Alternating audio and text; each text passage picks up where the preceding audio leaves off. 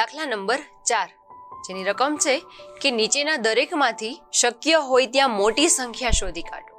અહીંયા સંખ્યા છે તેના ઘાતાંક સ્વરૂપે આપેલી છે, તો તેનું સાદુરૂપ આપી અને બંનેના જવાબ પરથી શોધીશું કે બંને સંખ્યામાંથી કઈ સંખ્યા મોટી છે. સૌપ્રથમ છે 4/3 અને 3/4. તો અહીં 4/3 જે થશે 4 × 4 × 4, 4 × 4 16, 16 × 4 એટલે કે 64. હવે 3/4 છે તેનો જવાબ મેળવીએ.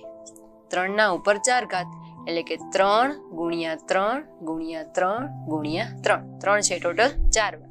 3 તેરી 9, 9 તેરી 27 અને 27 તેરી 81. હવે બંનેના જવાબ જોઈએ.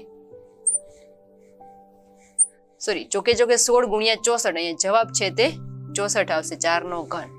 બંનેના જવાબ જોઈએ તો આ છે 64 અને આ છે 81, એટલે કે 3/4 ઘાત છે એ મોટી છે. તો અહીંયા લખીએ કે 3/4 is greater than 4/3.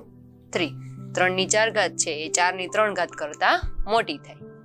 બીજી રકમ જોઈએ, 5/3 ઘાત અને 3/5 ઘાત. બંનેને જવાબ મેળવીએ તો અહીંયા 5/3 ઘાત જે થશે 5 × 5 × 5, જેનો 5 નો ઘન એટલે થશે 125. હવે 3/5 ઘાત મેળવીએ તો કે 3 છે એ 5 વાર, 1 2 3 4 અને 5. 3 તેરી 9, 9 તેરી 27, 27 તેરી 81, 81 તેરી 243, એટલે કે અહીંયા થશે 243. બંનેના જવાબ જોઈએ.